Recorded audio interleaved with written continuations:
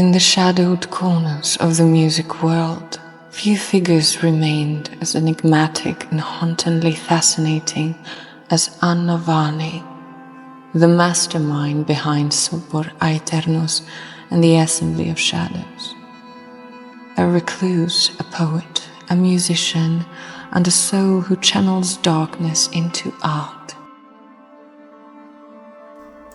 I discovered Sopor Aeternus at the age of 13, probably. Accidentally found a video somewhere on the internet. It was the video for the song The Goat and Dead Souls. The visionary and the song was exciting enough for me to search for more. I cannot say that I understood this form of art, as it was too intense for me at that age, at that point. It was the time when I just started to dive into the goth subculture. But I definitely felt something. I couldn't understand it the way it should be understood. I just couldn't, due to lack of life experience and knowledge, of course. But I felt the connection to this music. I liked what I heard and what I saw, so it stuck in my head for a very long time.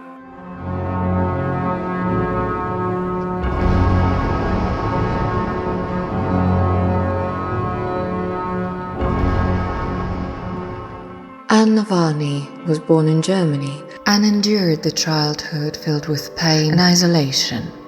Details of her early life remain sparse, shrouded in secrecy.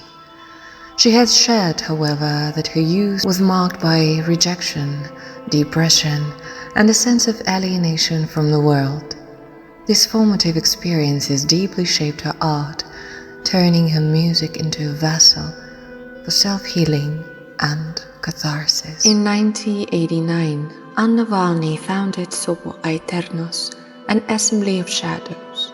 The name itself translates to eternal sleep, reflecting her fascination with death, transformation, and metaphysical. Anna-Varney's music, particularly as a part of Sopor Aeternus and the Ensemble of Shadows, incorporates a profound theatricality, including influences from Japanese kabuki theater.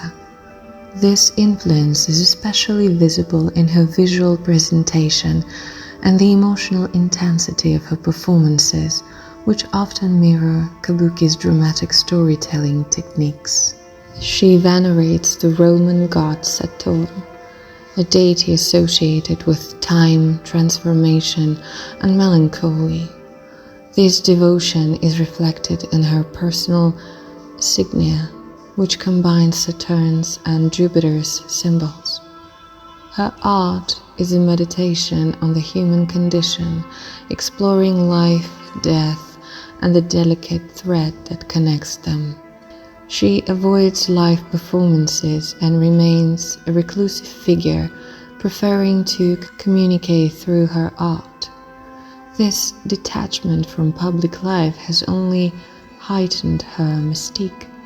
It's a quintessence of ugly beauty, the beauty in darkness and misery, a perfect visionary of the shadowed world, a musical perception of death, grief, and melancholy with the ray of hope. Let me take my dead cup of deadly drink, which is coffee. It's almost 10 p.m. The perfect time for coffee. So, my personal favorite album is Poetica. Yeah. This one particularly stands out for me because it's based on Edgar Allan Poe's poetry, which makes it absolute perfection. Come on. And it's not just because it's based on Edgar Allan Poe's poetry.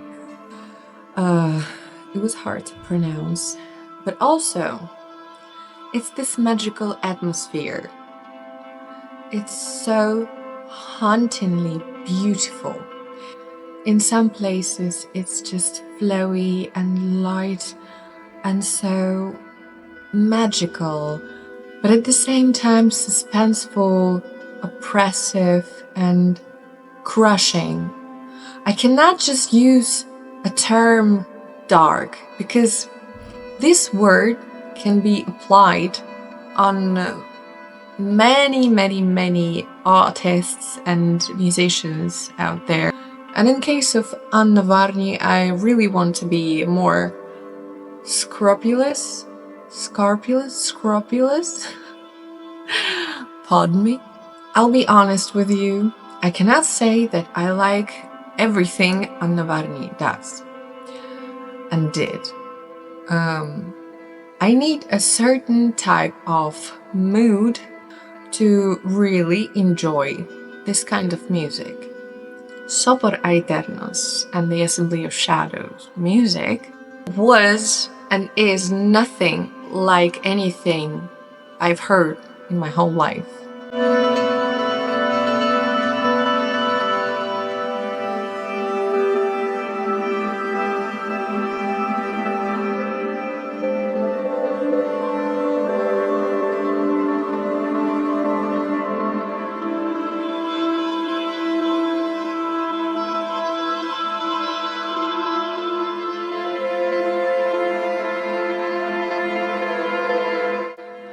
I feel that I should mention the fact that there was a period in 2002 when Anna-Varney made a little collaboration with Constance, with this project. And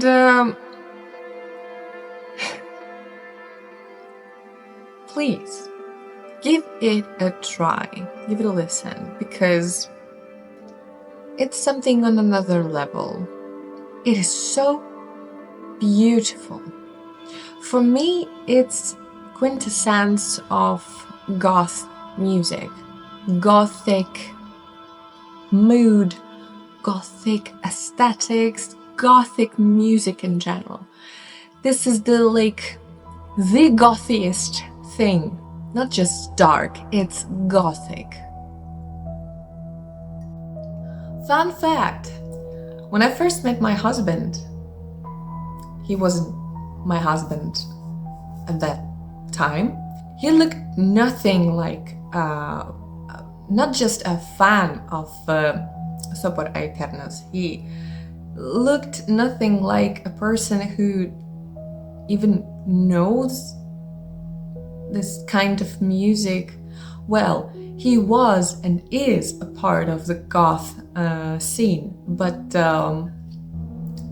in a slightly different form.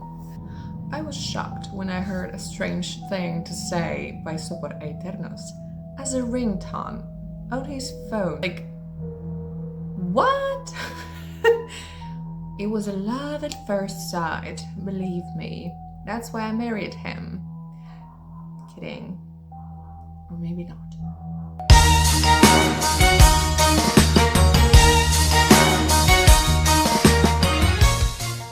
So thank you for watching. I hope this was somehow informative. I hope that more and more people will open this beautiful music for themselves and enjoy it.